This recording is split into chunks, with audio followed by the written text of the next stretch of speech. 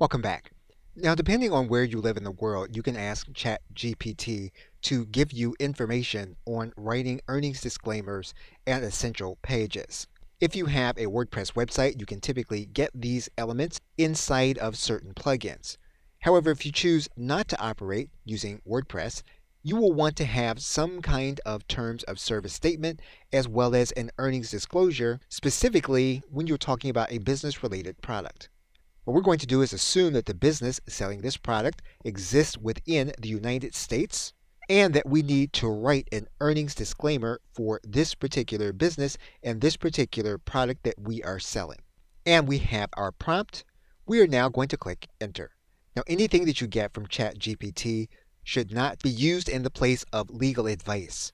And so if you want to use this as a starting point, you still want to make sure that you are legally in compliance with laws in your country, in your region, and in your local area. Okay, so with that, thanks, and I will see you in another video.